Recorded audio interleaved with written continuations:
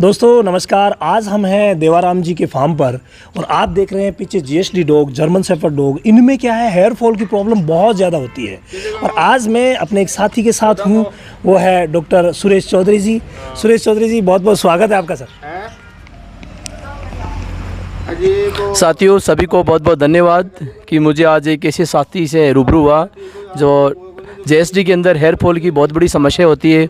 उसका अपन किस प्रकार से निजात पाते हैं, किस प्रकार से इसका उपचार करते हैं, इसके बारे में मैं आपको संक्षिप्त में बताऊंगा।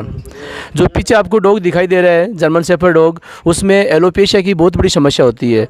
Day by day hair fall की समस्या बहुत ज़्यादा होती है। तो उसके उपचार के लिए मैं आपको बताना चाहूँगा कि आप टाइमली उसकी डीवर्मिंग करवाएँ।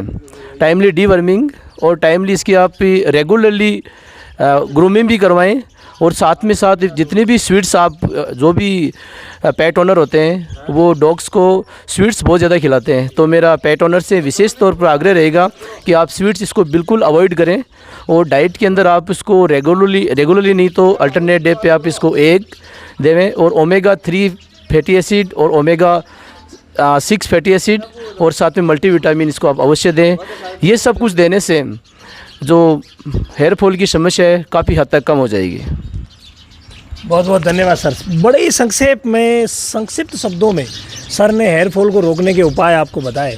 तो ये बहुत ज़्यादा ज़रूरी है कि आप ये कीजिए। इसके अलावा कुछ फूड मैनेजमेंट भी सर हम करवाते हैं। जैसे आप तली हुई चीज़ें जो है वो बिल्कुल भी मत दीजिए।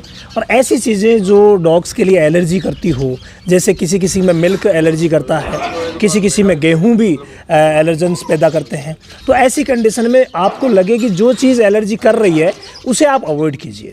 नज़दीकी पशु चिकित्सक से आप सलाह लीजिए कि और जांच करवा लीजिए कि कौन सी चीज़ है जो इसके लिए एलर्जन का काम कर रही है।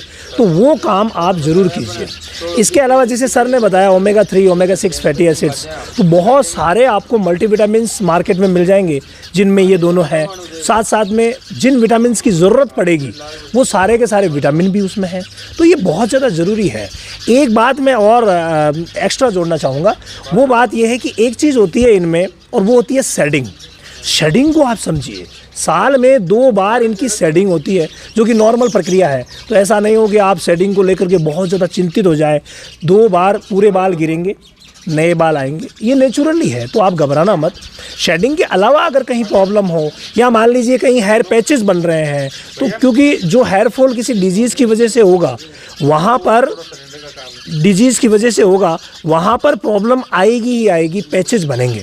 तो अगर पैचेस बन रहे हैं ना, तो वहाँ फिर मेडिसिन की बहुत ज़्यादा ज़रूरत पड़ेगी। और नज़दीकी पशु चिकित्सक से मिलके और जो भी वो एंटीबायोटिक्स देते हैं, एंटी एलर्जिक्स देते हैं, वो आप दीजिए। धन्यवाद।